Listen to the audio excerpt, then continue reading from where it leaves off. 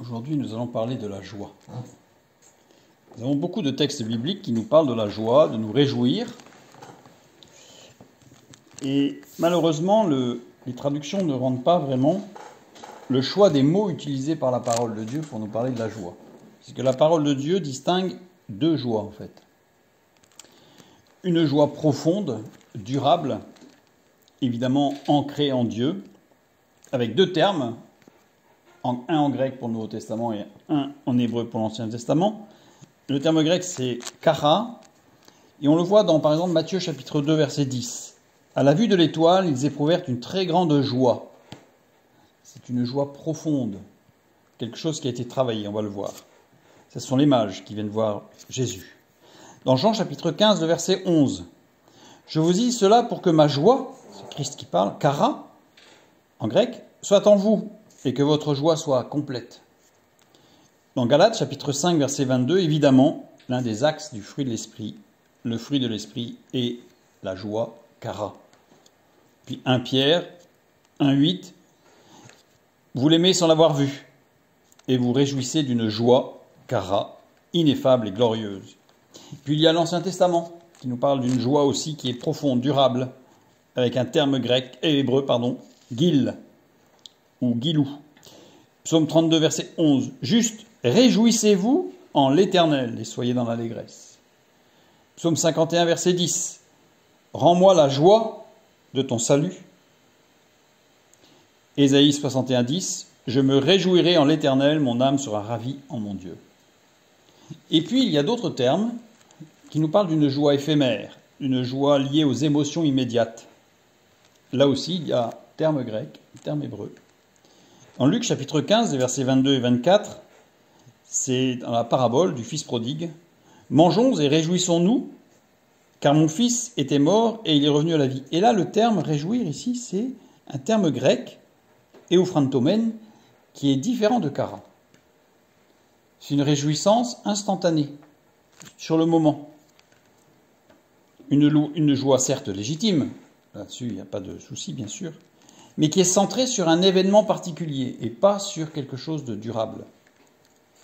Nous avons dans Jacques chapitre 4, le verset 9, « Soyez dans la tristesse et pleurez, que votre rire se change en deuil et votre joie, le même terme grec, en affliction. » Cette joie éphémère, la joie purement terrestre et éphémère, est condamnée en réalité à ne pas durer.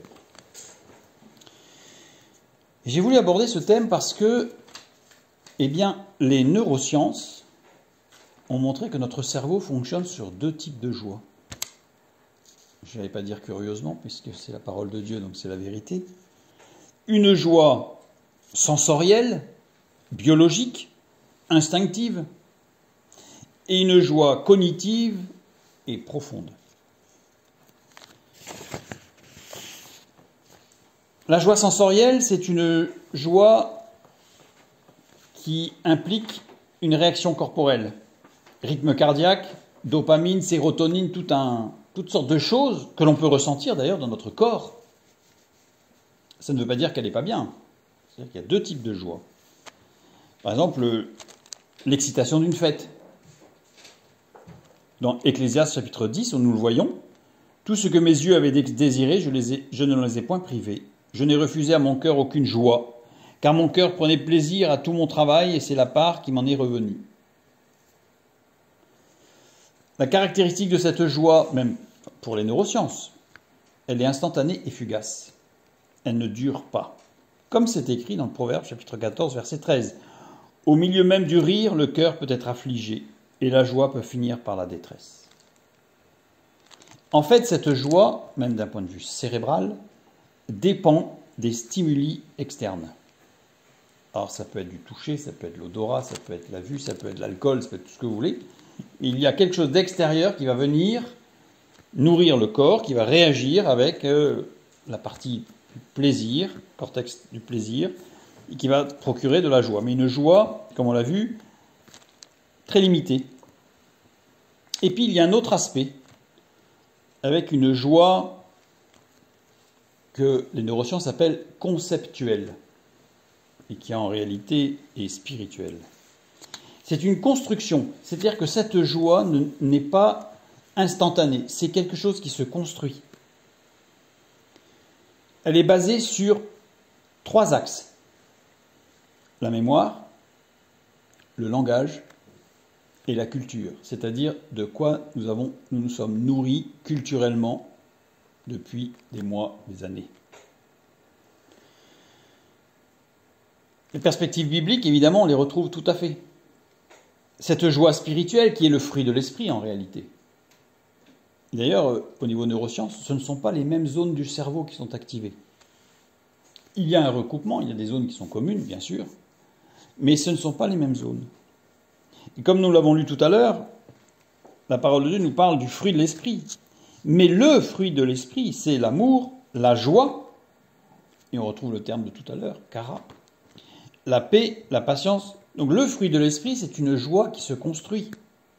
C'est une joie qui fait appel à la langue, et je dirais dans la racine, c'est le logos. De quoi nous nourrissons-nous? Qu'est-ce que nous passons dans notre mémoire? Des joies éphémères qui se succèdent? Ou un enracinement profond en Christ, la source de la joie? Nous le retrouvons, comme nous l'avons dit tout à l'heure, dans le Nouveau Testament et dans l'Ancien Testament à maintes reprises. Cette construction de cette joie dite conceptuelle, mais plutôt en réalité spirituelle et profonde qui se construit. Et maintenant, nous relisons l'autre passage que nous avons lu tout à l'heure, 1 Pierre 1,8, avec cette notion en plus. Lui que vous aimez sans l'avoir vu, en qui vous croyez sans le voir encore, vous réjouissant d'une joie ineffable et glorieuse. Eh bien, dans ce verset, maintenant, on y voit tout l'aspect de la construction. Lui que vous aimez, c'est du continu. Sans l'avoir vu, en qui vous croyez sans le voir, c'est du continu, ça se construit. Eh bien, la joie naît de cette construction. Dans le psaume 32, au verset 11, nous lisons « Juste, réjouissez-vous dans l'Éternel et soyez dans l'allégresse. » Guile, ici, cette joie profonde qui se construit. Poussez des cris de joie, vous tous qui êtes droits de cœur.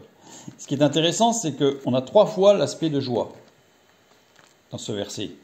Réjouissez-vous, au tout début du verset, qui est un verbe, qui est le verbe samar. Samar, qui en hébreu est un mot qui parle d'une joie sans distinguer si c'est une joie éphémère ou une joie profonde. C'est-à-dire qu'en fait, c'est la joie, d'une façon générale. Mais le verset continue, « Et soyez dans l'allégresse, dans la joie qui se construit. » C'est-à-dire que la joie qui se construit va nous amener à des moments de joie particuliers, qui peuvent aussi nous faire du bien biologiquement, bien sûr, mais pas l'inverse. L'inverse ne peut pas se produire. Et enfin, le 3e axe de la joie dans ce psaume, pousser des cris de joie, Hanan. Littéralement, ce verbe Hanan veut dire triompher et vaincre. Nous comprenons maintenant pourquoi la louange, c'est-à-dire l'expression d'une joie profonde. La louange, ce n'est pas une expression où on fait la fête, quelque chose de momentané. Ce n'est pas de la joie à court terme, ça. La louange, ça doit être enraciné, elle doit provenir de cette joie qui se construit. Qui se construit. Et alors, nous serons dans la victoire. Nous triompherons. J'aime beaucoup ce verbe triompher. C'est plus que vaincre. Parce que parfois, vous avez des combats, par exemple un combat de boxe, le vainqueur, mais il est dans un triste état, le vainqueur. Celui qui a gagné, il a la victoire, mais bon.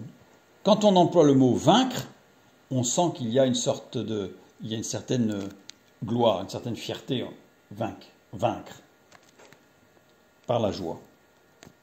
Donc, en fait, cette joie qui donne la victoire, ce n'est pas une joie propulsée par des éléments extérieurs, mais c'est une joie qui naît d'éléments intérieurs. C'est pour ça que dans les neurosciences, ils appellent ça la joie conceptuelle et culturelle. Nous lisons dans Habakkuk, chapitre 3, les versets 17 à 19, cet aspect de cette joie. « Car le figuier ne fleurira pas, la vigne ne produira rien, le fruit de l'olivier manquera, les champs ne donneront pas de nourriture, les brebis disparaîtront du pâturage, il n'y aura plus de bœufs dans les étables. » Là, pour l'instant, la perspective n'est pas très joyeuse. Mais la suite, toutefois, je veux me réjouir en l'Éternel. Alors ça a été traduit par réjouir, mais c'est le verbe alaz qui veut dire triompher, en louant.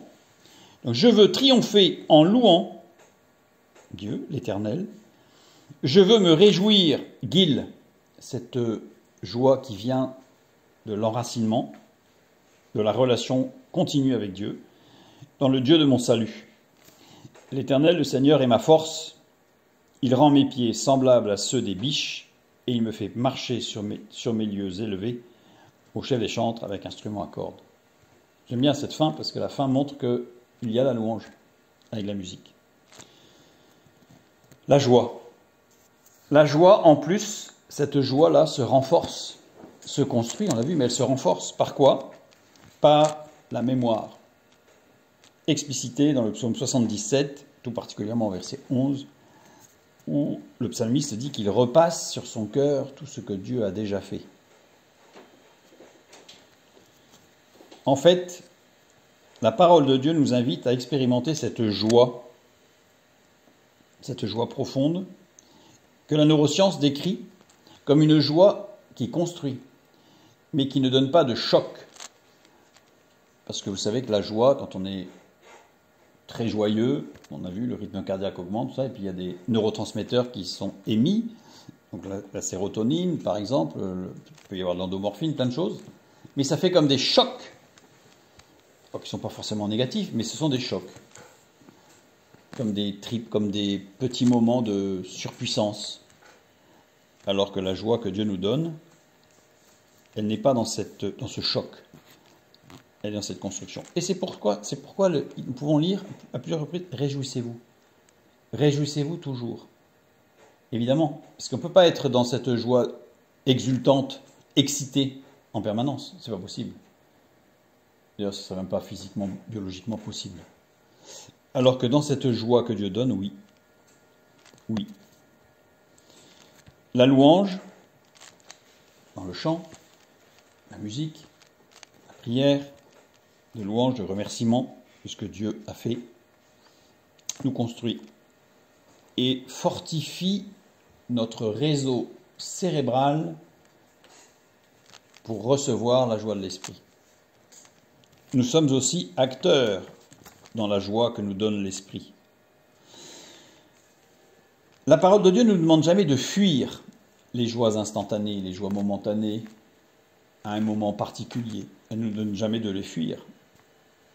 Mais elle nous demande de ne pas nous nourrir de ces joies-là, mais de nous nourrir de quelque chose de profond,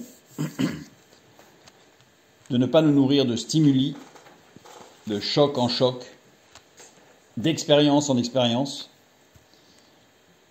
mais de grandir, et au fur et à mesure que nous grandirons, au fur et à mesure, nous pourrons apprécier les joies momentanées que Dieu nous donne.